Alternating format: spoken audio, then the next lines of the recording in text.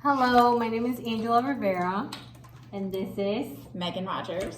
So we are going to be discussing about Padlet, which is the app that Ms. Rogers is wanting to implement in her class with her students.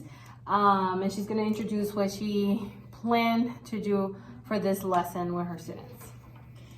So I wanted to do something like an online interactive tool and something to get my kids reading and writing and speaking and kind of like try to incorporate everything at once. And so you had suggested Padlet, which was a great idea. So I made pairs of questions, one affirmative, one negative, of increasing difficulty. Kind of the first two were really easy and just get them used to it and comfortable, and then they would be able to read the answers. And then I didn't get them saying as much as I wanted them to, but next time. Okay. I will be asking her the questions 1 through 10 on how it went working with the app Padlet in the classroom. So on a scale of 1 through 10, with 1 being the worst lesson you've taught and 10 being the best, how would you rank the lesson that you did? Probably like a 6 or a 7. I was really pleased with like the grammar and the writing that I saw. And they struggled where I thought that they would start to struggle, and kind of brought them where I needed them to be, but it was really quiet, and there was not as much interaction as, in my mind I was thinking people would start speaking more, but that doesn't often happen. So do you think maybe like for next time maybe encourage them to like speak with each other, so that that would include more communication skills? Okay. Yeah. Okay, so next time do that. What pleased you about the lesson? I could easily see just by numbers if everyone was participating, and they could see that I was participating. But it was also anonymous, so I could give feedback. Oh, you forgot this accent, or don't, conjugate that verb. And so just kind of like as a reminder to the whole class, pointing out an example of a mistake without calling the student out on it. But then that also I think some students who were making the mistakes went back and immediately wrote the right one. Okay. And so they were self-correcting. And so I think just the immediate feedback was really, really good. Yes, I like that you were keeping up with the students too.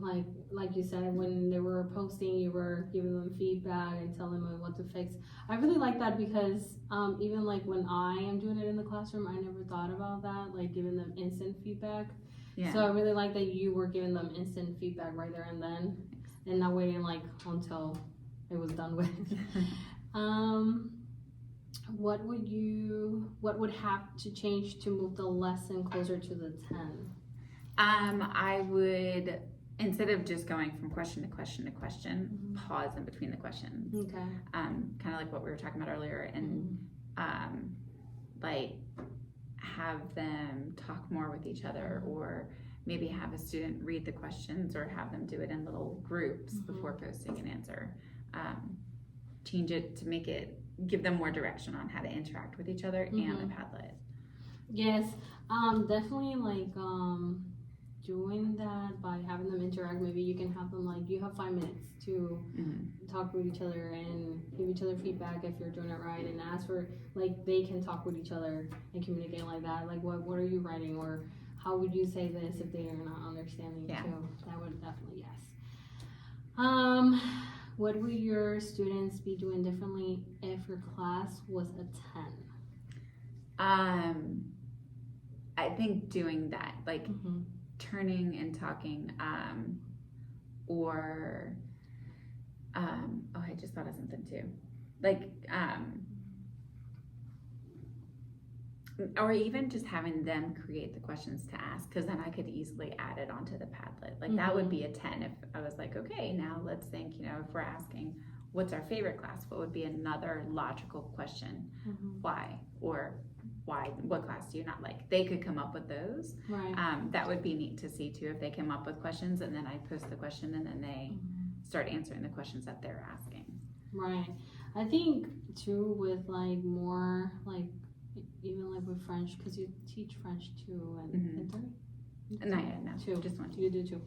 I think with that, since they know a little bit more, that French 2, it will be like really more communicative like that. Because like with the communication, they already have the vocabulary. Yeah. And I think that will be great for French 2 too.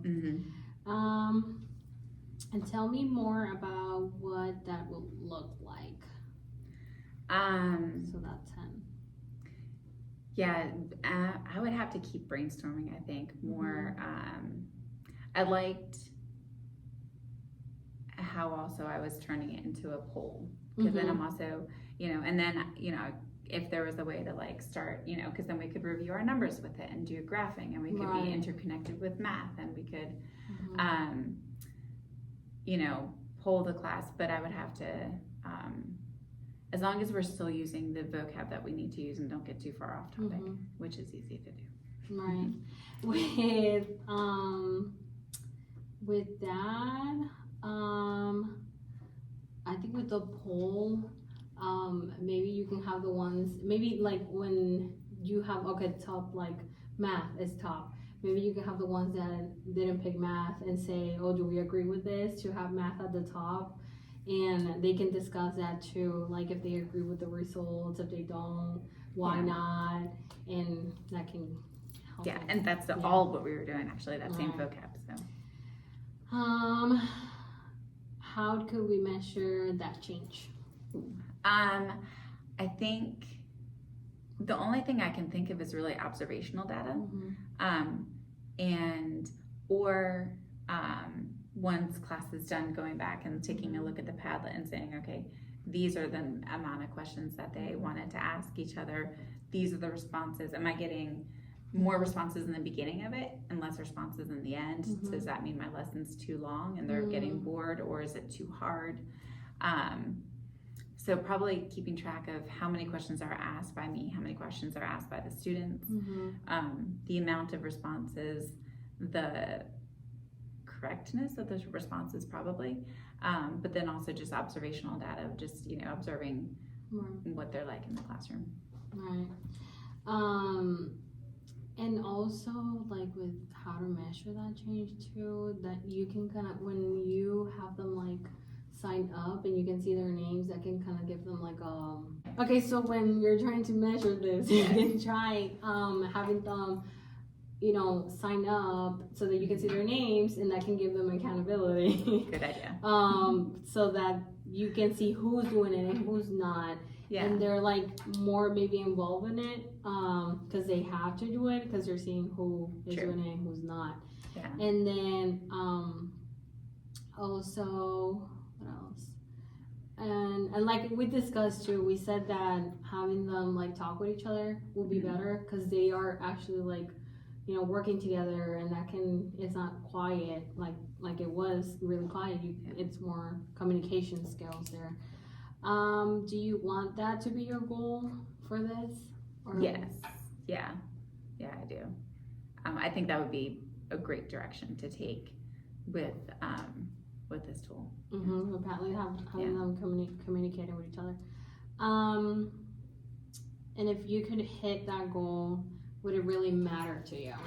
Absolutely. Yeah, because that's what we want. We want our kids to communicate. Like we want them to, and to go to that proficiency level. Exactly. And it's hard to do spontaneous communication in level 1 without them seeing it. You take a sentence that they know and you change it slightly. They would know it on paper, but they can't hear it. And so for them to have the immediate visual of what kids are doing and the speaking is just a great reinforcement. So, yeah. What about if that too, maybe for the ones that are not there yet, maybe you can review vocab really quick and then have them communicate with each other. Yeah. Because that can help and give them that push too of like answering and like doing it because they had that review before, kind of refresh so they can do it. Right. What teaching strategy can you use to hit your goal? So like small group, like putting them in small groups, or like you said, like modeling, like Mm-hmm. model the vocab first. I think that Mhm. would be a good one. And definitely modeling. What else would you recommend? For the goal, so we already said having them talk with each other. You can have them, you can time them so that they will have like that time limit, to work on that. And then sign up. We said sign up on the account so that you can see who's doing it and who's not. Reteaching that vocab, so repetition.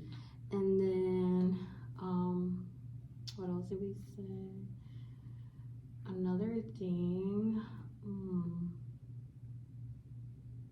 Oh, and the discussion. Having a discussion. We said the discussion. Yeah, like a turn and talk. Right. Yeah. So that they can talk and they can agree or disagree with those answers. And it can even go with anything and everything, really.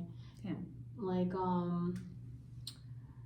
or even instead of like doing only the sentence, maybe you can have them add like a picture or GIF, so that they can also like do like a visual of it. Yeah. And that can help them like connect the word with the visual too. Yeah.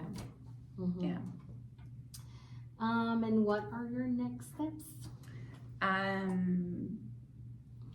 Take notes on all of this, obviously, and then figure out the next best lesson or best place to put all of this. Coming up with probably in the next week or two, we'll have another chance where we'll have another like big vocab push where, okay, now we can combine it all together and now we can ask these questions for it. And so that would be my next thing is, as I'm covering material, kind of keep aside all of the information that I want to cover and then use these strategies to put it together. And I also, what you can do too, another way that you can implement it too, you can do the option with the one that has like the sticky notes, kind of like a board. Like a, Yes. yeah. And you can do like, as soon as someone like uploads something, you can have them like, oh, raise your hand. Like for example, like with adjectives, who is, and then you can say it like in French, you can say who is intelligent, that someone wrote there, and then you can have them raise their hands or put it down. Yeah. If, or who is like tall and stuff like that, and that can have them really interact with the lesson too. Like different lessons like that. Yeah. It can involve like a lot of hand gestures and stuff like that. Movement, right. Yeah. So that they're up and moving. Okay, I think that's it. Great.